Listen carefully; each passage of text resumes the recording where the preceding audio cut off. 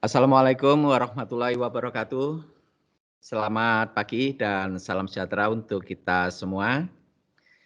Eh, Anak-anakku yang berbahagia, selamat berjumpa kembali dalam pembelajaran matematika kelas 8 pada pagi hari ini. Setelah seminggu ya, kalian libur saat dilaksanakannya ujian sekolah bagi siswa kelas 9. Baiklah anak-anak, untuk memulai pelajaran pada pagi hari ini, kita berdoa terlebih dahulu ya, agar kegiatan belajar hari ini berjalan lancar. Kemudian materi yang Bapak sampaikan dapat kalian pahami dengan baik. Ya, baik, kita mulai dengan berdoa. Berdoa menurut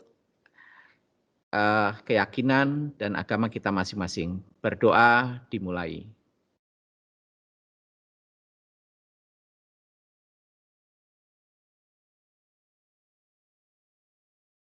Berdoa selesai. Bagaimana keadaan kalian semuanya? Bapak berharap kalian semua pada hari ini dalam keadaan baik dan masih tetap semangat untuk belajar ya. Semangat kalian harus lebih ditingkatkan lagi dikarenakan beberapa minggu ke depan kalian akan menghadapi ulangan akhir semester. Baiklah, melanjutkan materi bahasan matematika kelas 8. Hari ini kita sampai di materi terakhir ya dari statistika. Kita telah melalui 3 kali pertemuan, hari ini adalah pertemuan keempat. Adapun 2 kompetensi dasar dari materi ini adalah yang pertama menganalisis data berdasarkan distribusi data, nilai rata-rata, median, dan modus dari sebaran data untuk mengambil simpulan, membuat keputusan, dan membuat prediksi. Kemudian yang kedua menyajikan dan menyelesaikan masalah yang berkaitan dengan distribusi data, nilai rata-rata, median, modus, dan sebaran data untuk mengambil simpulan, membuat keputusan, dan membuat prediksi. Nah, anak-anak, hari ini kita sampai di bagian ukuran penyebaran data. Ukuran penyebaran data yang kita pelajari hari ini meliputi jangkauan, kuartil, serta jangkauan interkuartil ya. Simpan kuartilnya tidak. Tujuan pembelajaran yang pertama, Bapak berharap anak-anak dapat nantinya ya dapat menentukan jangkauan dari sebuah data, menentukan kuartil bawah, kuartil tengah, dan kuartil atas. Yang ketiga adalah menentukan jangkauan interkuartil. Jadi ada 3 tujuan pembelajaran pada pagi hari ini.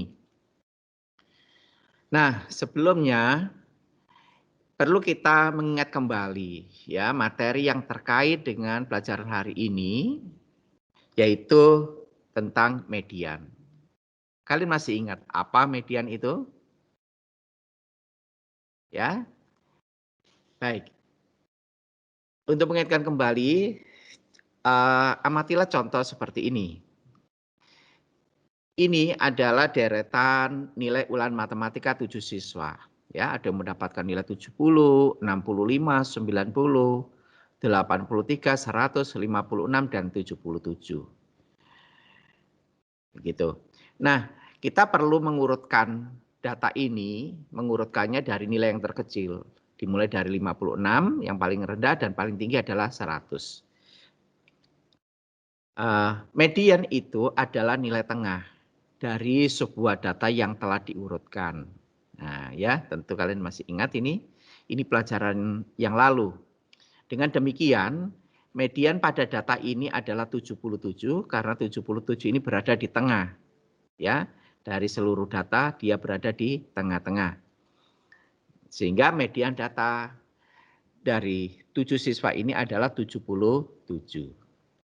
Nah, pengertian median ini nanti akan kita gunakan untuk mempelajari kuartil. Baiklah, kita masuk ke materi inti pelajaran hari ini, yaitu tentang ukuran penyebaran data dalam kehidupan. Di dalam kehidupan sehari-hari atau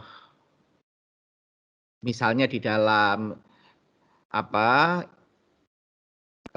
keadaan di sebuah kelas misalnya, seorang guru mengumumkan bahwa nilai ulangan matematika siswa kelas 8A itu berkisar antara 70 sampai 85. Ini artinya para siswa 8A itu menunjukkan ya nilai terendahnya adalah 70, sedangkan nilai tertingginya 85. Tidak ada nilai yang kurang dari 70, juga tidak ada nilai yang lebih dari 85. Sedangkan siswa kelas 8B nilainya itu dari 45 sampai 100. Wah, ini lebih lebar ini. Yang terendah 45 dan yang tertinggi pun ada 100. Nah, di sini terdapat perbedaan antara nilai siswa 8A dengan 8B. Siswa nilai 8B itu lebih beragam, ya, karena tersebarnya itu lebih lebar dari 45 sampai 100. Ini cukup lebar ini, sehingga nilainya ini beragam. Ada yang 46, 47 kan begitu. Bahkan ada kemudian yang tingginya mungkin ada 97, 98, 99. Beda dengan 8A. 8A ini nilainya terkonsentrasi pada rentang yang sempit, hanya dari 70 sampai 85. Dengan demikian, siswa kelas 8B itu data nilainya itu lebih tersebar atau dikatakan lebih beragam dibandingkan nilai siswa kelas 8A. Baiklah, yang kita pelajari hari ini meliputi yang satu adalah jangkauan. Kemudian kuartil, kuartil itu dibedakan menjadi 3. Kuartil bawah dengan simbolnya Q1, kuartil tengah Q2. Nah, kuartil tengah ini tidak lain adalah nilai median. Jadi kuartil tengah atau Q2 itu caranya mencarinya sama dengan cara mencari median. Ya. Kemudian jenis kuartil yang ketiga adalah kuartil atas atau Q3. Dan terakhir yang kita pelajari adalah jangkauan interkuartil. Baik, Bapak mulai dengan jangkauan. Apa jangkauan itu? Jangkauan suatu kumpulan data adalah selisih nilai terbesar dan nilai terkecil dari kumpulan data tersebut. Ya. Berarti kalau selisih itu adalah pengurangan, ya. Nilai yang terbesar dikurangi nilai yang terkecil. Nah, seperti itu cara mencari jangkauan. Nah, contohnya seperti ini, ya, cukup mudah anak-anak materi ini. Misalnya masalah 1, Bapak memberikan contoh adanya tim bola basket kelas 8G yang beranggotakan 8 orang. Ke-8 orang ini mempunyai tinggi seperti yang ada di dalam tayangan ini. Ada yang 175 cm, 164 cm, dan seterusnya sampai 174 cm. Nah, jika kita akan menentukan jangkauan, maka kita harus mencari ya dari seluruh data ini manakah nilai yang tertinggi. Nah, nilai yang tertinggi ini adalah 175 cm. Ini adalah ukuran tinggi badan siswa yang paling tinggi.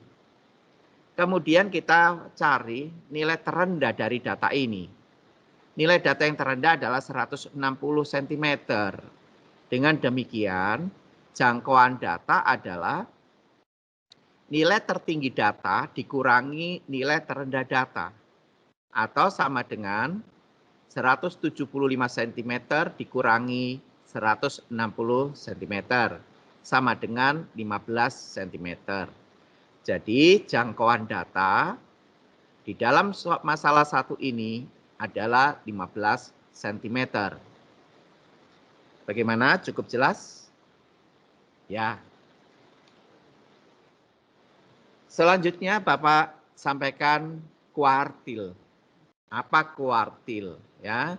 Mungkin kalian pernah mendengar istilah kuartet. Ya. Di dalam seni suara itu ada konsep kuartet. Kuartet itu adalah satu grup penyanyi yang terdiri atas 4 orang penyanyi, itu kuartet. Ya, kalau duet itu 2, kalau kuartet itu ada 4. Nah, mirip dengan istilah kuartet di dalam seni suara, konsep ini ada di dalam statistika. Baik, coba kita lihat pengertiannya dulu. Kuartil dari sekumpulan data adalah 3 nilai yang membagi data yang telah diurutkan menjadi 4 bagian yang sama. Jadi di dalam kuartil itu ada 3 nilai. Ada 3 jenis nilai. 3 jenis nilai ini membagi data, tentunya data yang telah diurutkan menjadi 4 bagian yang sama. Nah, 3 nilai tadi itu apa saja? Ada kuartil bawah, Q1, kuartil tengah, Q2, dan kuartil atas, Q3. Sebagai gambarannya, Bapak mempunyai ilustrasi seperti ini. Misalnya, yang warna kuning ini adalah ya sepotong pita, gitu ya. Ini pita. Nah, pita ini Bapak potong di tengah-tengah atau Bapak beri tanda warna ungu di tengahnya. Nah, ini tengah-tengah. Kemudian Bapak tandai bahwa yang di tengah ini, ya, tanda ini adalah Q2, ini adalah nilai tengah, median atau kuartil tengah. Nah, pita ungu ini membagi pita menjadi 2 bagian, sebelah kiri dan di sebelah kanan. Di sebelah kiri ini akan Bapak potong lagi atau Bapak beri tanda lagi dengan pita warna coklat. Tentunya dengan lebar yang sama, dipotong menjadi 2 bagian yang sama. Nah, ini Bapak beri nama atau kode Q1 atau kuartil bawah. Kemudian pita sebelah kanan, Bapak bagi 2 lagi, 2 sama panjang. Ya, Bapak bagi menjadi 2 sama panjang dengan pita warna kuning dan Bapak beri nama Q3. Nah, pita ini terbagi menjadi 4.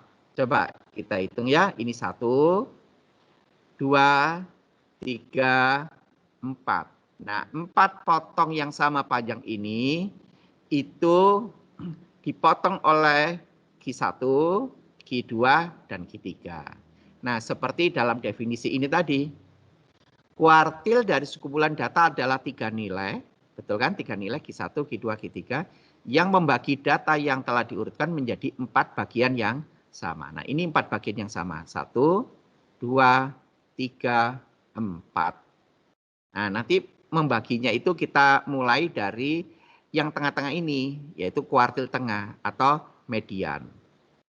Nah, baik, Bapak lanjutkan dengan masalah 2 agar kalian lebih memahami apa itu kuartil, ya. Masalah 2 ini Bapak beri judul kuartil data nilai lomba menyanyi. Dalam perlombaan menyanyi pada peringatan Hari Pendidikan Nasional, ya hari-hari ini kan Hari Pendidikan Nasional anak-anak ya, tepatnya 2 Mei, itu diadakan lomba menyanyi. Misalnya di sekolah kita ada lomba menyanyi gitu, yang mana di dalam sesi final itu diikuti oleh 11 orang finalis. Nah, 11 orang finalis ini memperoleh nilai sebagai berikut. Ada yang nilainya 78, 90, 66, dan seterusnya. Begitu ya, ada 11 nilai. Nah, dari 11 nilai yang susunannya acak ini, ya, ini kita akan menentukan nilai kuartil bawah, kuartil tengah, dengan kuartil atas. Maka langkah yang pertama yang harus kita lakukan itu adalah menyusun data secara terurut dari yang paling kecil, ya. Urutannya nanti naik 66, 69, 73, 75, 78, seterusnya sampai 95. Jadi urutannya ini harus benar. Nah, jika data ini setelah diurutkan dengan benar, maka siap untuk kita tentukan mana kuartil bawah, kuartil tengah, dan kuartil atas. Bapak memberikan kiat atau saran, meskipun kuartil bawah itu dituliskan lebih dulu, Tetapi di dalam prakteknya, kita akan lebih mudah jika mencari kuartil tengahnya terlebih dahulu, bukan kuartil bawah. Ya, kita cari kuartil tengah atau median. Nah, dari 11 data ini, 85 ini adalah data yang ada di tengah. 85 ini membagi data menjadi dua bagian. Di sebelah kiri ada 5 data, ada 5 nilai. Di sebelah kanan juga ada 5 nilai. Berarti 85 ini ada tengah-tengahnya. Maka 85 ini disebut sebagai kuartil tengah atau Q2. Ya. Nah, selanjutnya bagian sebelah kiri, 5 nilai di sebelah kiri akan kita tentukan bagian tengahnya. Mana yang ada di tengah? Ya. Nah, bagian yang di tengah itu adalah 73. 73 ini membagi data di sebelah kiri menjadi 2 bagian di sebelah kiri dan 2 bagian di sebelah kanan. Ini harus sama. Ya, ini ada 2 data, ini ada 2 data. Jadi 85 tadi itu adalah tengah-tengah dari keseluruhan data. Kemudian 73 ini adalah tengah-tengah dari data sebelah kiri. Nah, 83 ini disebut sebagai kuartil bawah atau Q1. Baik, kita bergeser ke data di sebelah kanan. Data di sebelah kanan ini ada 5 nilai juga. Mana yang tengah? Ya, benar. Yang di tengah ini yang 90 ini. Ya. Nah, jadi 90 ini disebut sebagai kuartil atas. Dengan demikian kesimpulannya adalah Q1 atau kuartil bawah sama dengan 73, kuartil tengah Q2 sama dengan 85, dan kuartil atas Q3 sama dengan 90. Ya, mudah bukan? Ya. Baik, Bapak akan lanjutkan dengan masalah yang sama ya, tentang kuartil data juga masih gitu. Tapi sedikit berbeda.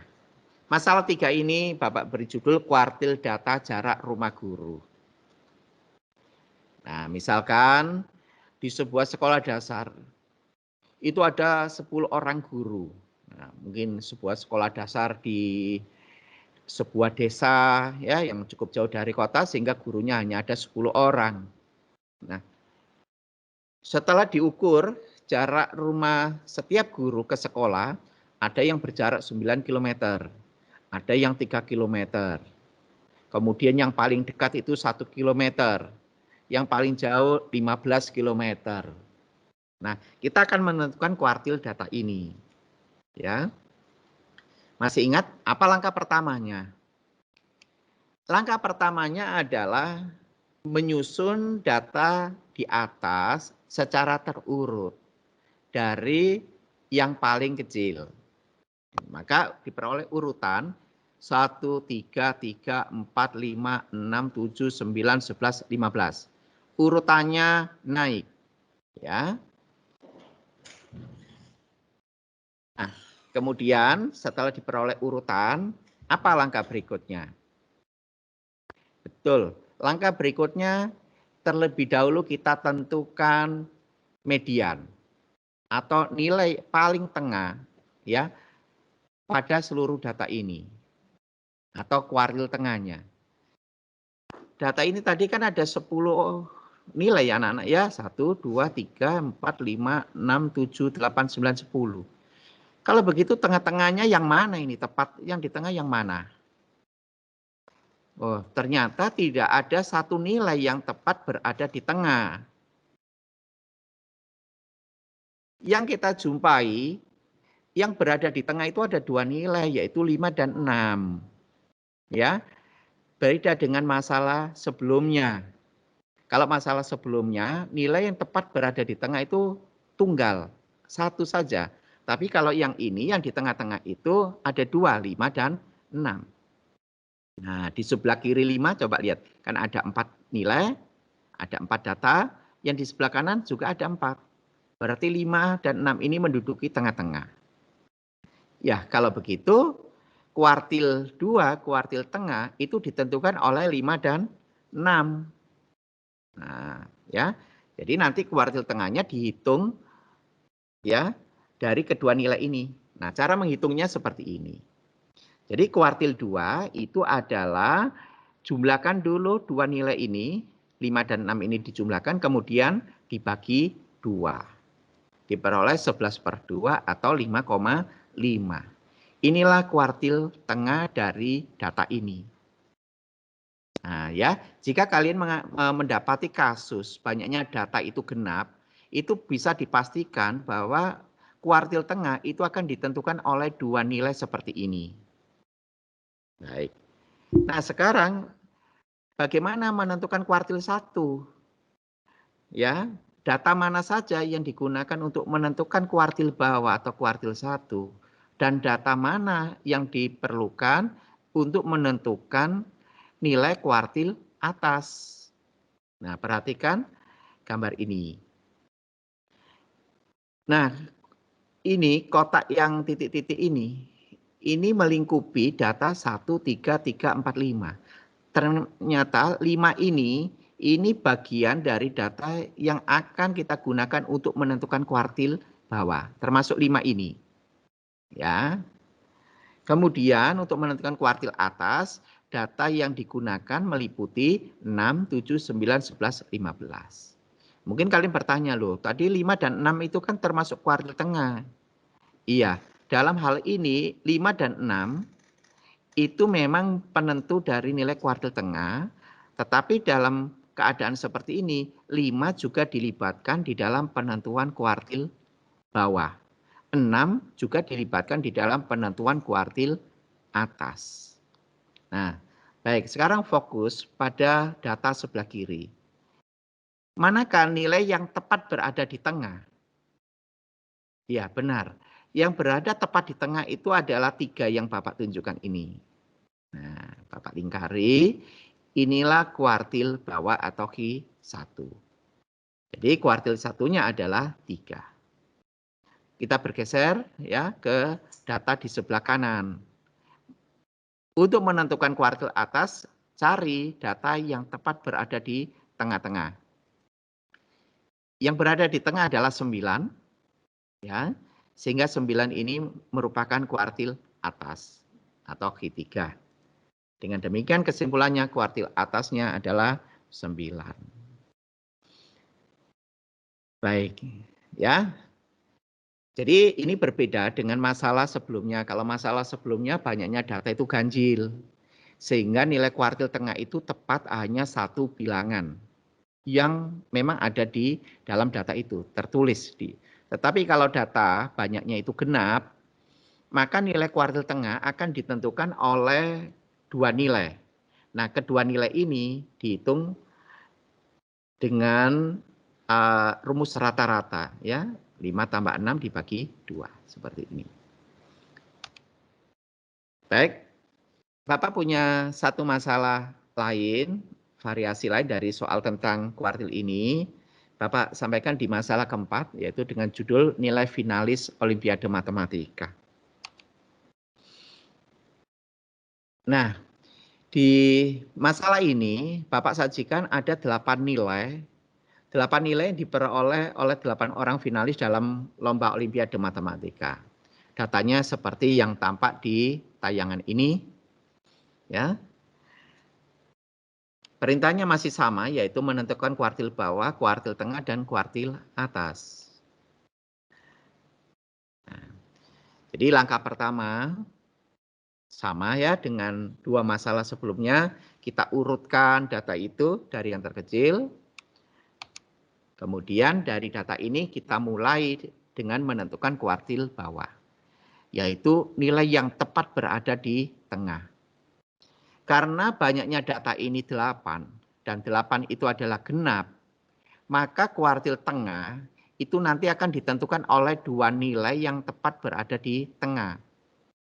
Ya, nah, coba amati. Dua nilai manakah yang akan menentukan nilai kuartil tengah? Ya, benar. ya, nilai itu adalah 85 dan 75 dan 81. Ya. Dengan demikian, maka kuartil 2 adalah 75 ditambah 81, kemudian dibagi 2, diperoleh 156 dibagi 2, nilainya sama dengan 78. Dengan demikian, nilai kuartil tengah adalah 78. Selanjutnya, kita mendapatkan dua kelompok data.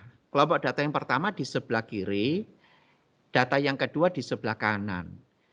Yang di sebelah kiri terdiri dari 4 nilai, yang di sebelah kanan juga 4 nilai. Nah, ketika kita akan menentukan nilai kuartil bawah, maka carilah nilai yang tepat berada di tengah dari data di sebelah kiri ini. Ternyata banyak data yang di sebelah kiri ini juga genap. Maka nilai kuartil bawah atau Q1 itu ditentukan oleh dua nilai yang di tengah-tengah. Ya, dalam hal ini 69 dan 74. Bagaimana cara menghitungnya? Cara menghitungnya seperti menentukan kuartil tengah. Ya, jadi kuartil 1 adalah jumlahkan 69 dan 74, kemudian hasilnya dibagi 2. Nah, nilai kuartil bawah adalah 71,5. Bagaimana dengan kuartil atas? Kuartil atas ini juga ditentukan oleh dua nilai. Dalam hal ini 87 dan 89.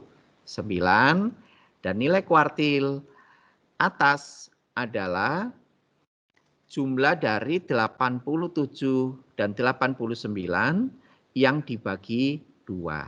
Sama dengan 176 dibagi 2 sama dengan 88. Nah, inilah 3 nilai kuartil dari nilai finalis Olimpiade Matematika. Kuartil bawah 71,5, kuartil tengah 78, dan kuartil atas 88. Baik, kita masuk ke konsep berikutnya yaitu jangkauan interkuartil. Nah, ini mirip dengan konsep yang pertama yaitu jangkauan. Di konsep yang pertama, jangkauan itu adalah selisih antara nilai yang tertinggi dengan nilai yang terendah. Bagaimana dengan jangkauan interkuartil? Jangkauan interkuartil didefinisikan sebagai selisih nilai kuartil atas dan nilai kuartil bawah. Atau dalam rumusnya, jangkauan kuartil adalah atau sama dengan Q3 dikurangi Q1. Ya, sekali lagi, jangkauan interkuartil adalah Q3 dikurangi Q1. Q3 itu adalah kuartil atas, Q1 adalah kuartil bawah. Nah, untuk jangkauan interkuartil, Bapak sajikan masalah yang kelima.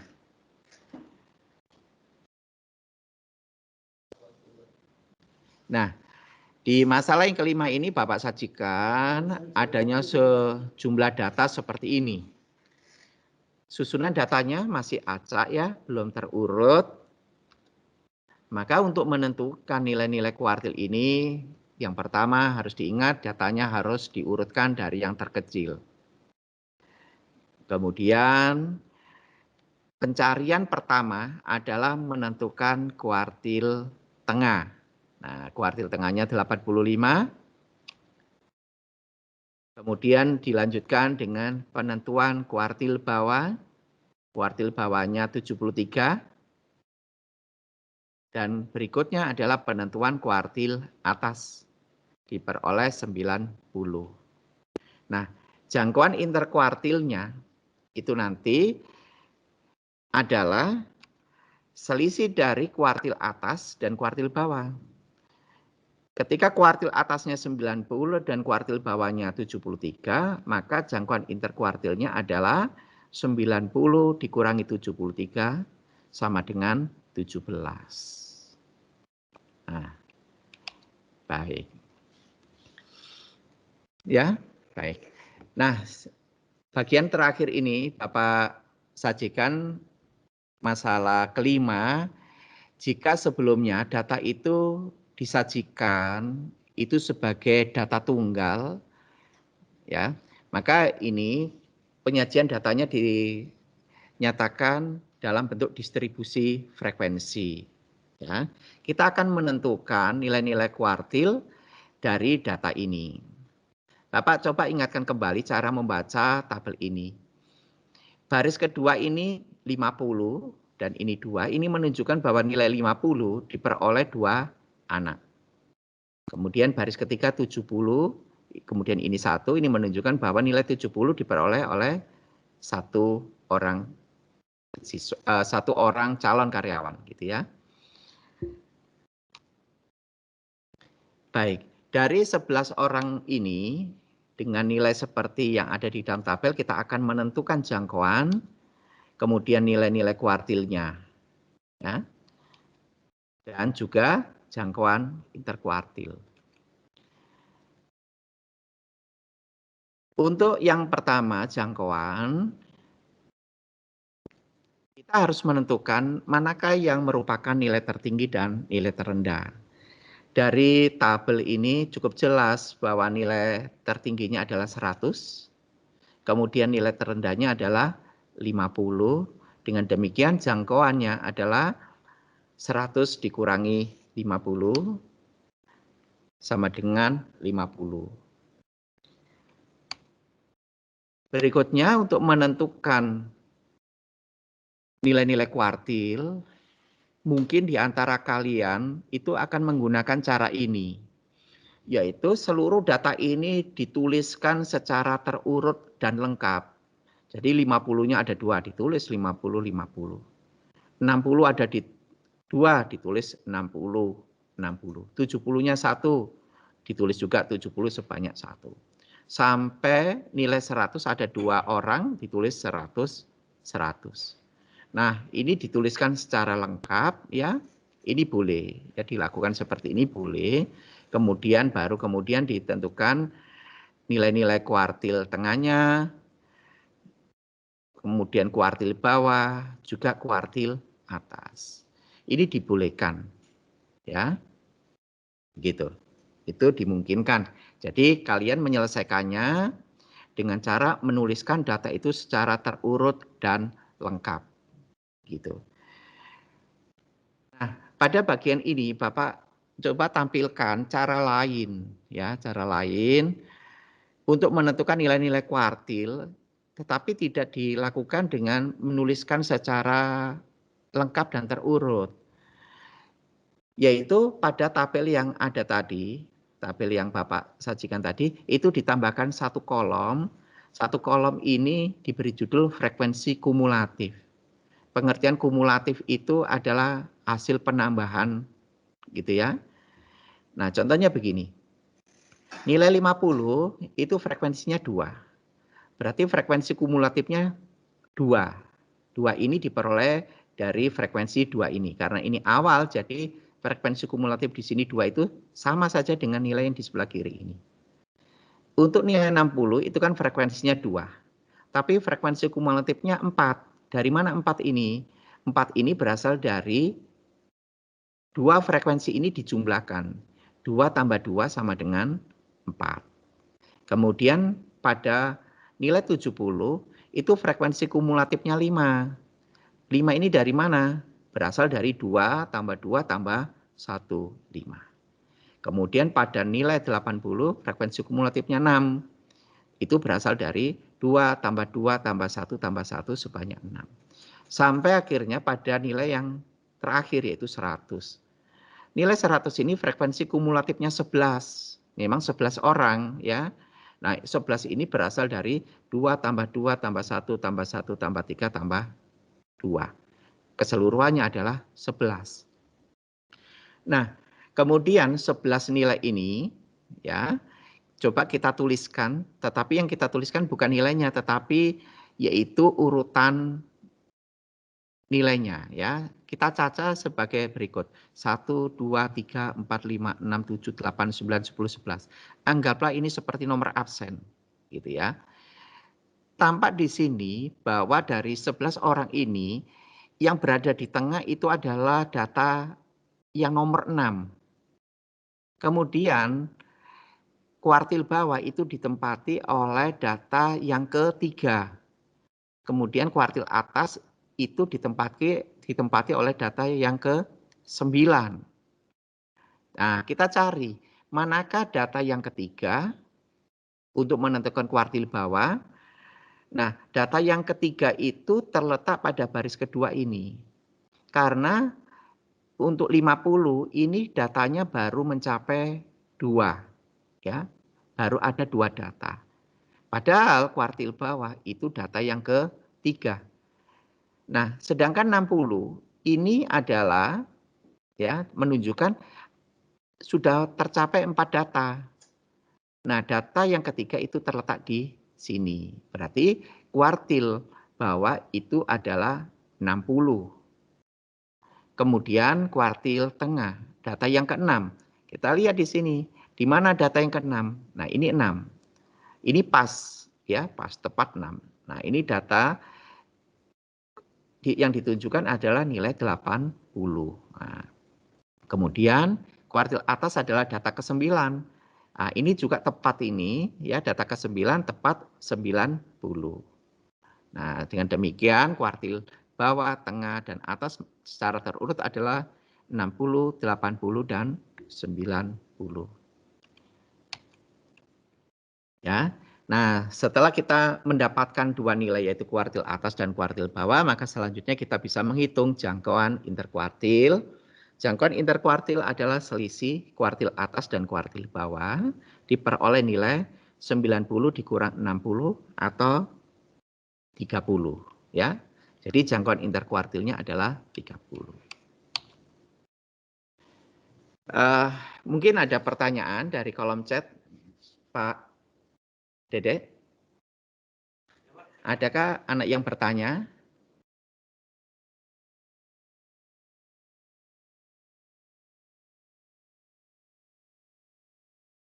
Baik, ternyata tidak ada yang bertanya. Ya, semoga saja kalian ya dapat memahami materi pagi hari ini dengan baik. Baiklah, sebelum Bapak akhiri kegiatan belajar hari ini, Bapak sampaikan poin-poin penting dari materi yang Bapak sampaikan.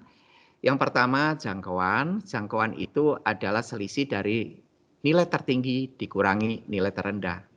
Kemudian kuartil ada 3 jenis, kuartil bawah, kuartil tengah, dan kuartil atas. Sedangkan jangkauan interkuartil adalah selisih kuartil atas dan kuartil bawah. Nah, demikian anak-anak yang Bapak bisa sampaikan pada pagi hari ini. Ini adalah materi terakhir dari bab statistika. Dalam minggu ini ya akan Bapak adakan ulangan harian untuk materi statistika ini ya. Ya kemungkinan Ibu Jumia juga akan ya mengikuti akan diikuti dengan ulangan harian juga untuk kelas Ibu Jumia. Oleh karena itu persiapkanlah diri kalian ya dengan baik agar dapat mengerjakan soal-soal tentang statistika ini dengan baik pula ya. Nah, demikian anak-anak kegiatan belajar secara online pada pagi hari ini. Bapak ucapkan terima kasih ya atas perhatian dan semangat kalian ya. Bapak akhiri, selamat pagi. Assalamualaikum warahmatullahi wabarakatuh.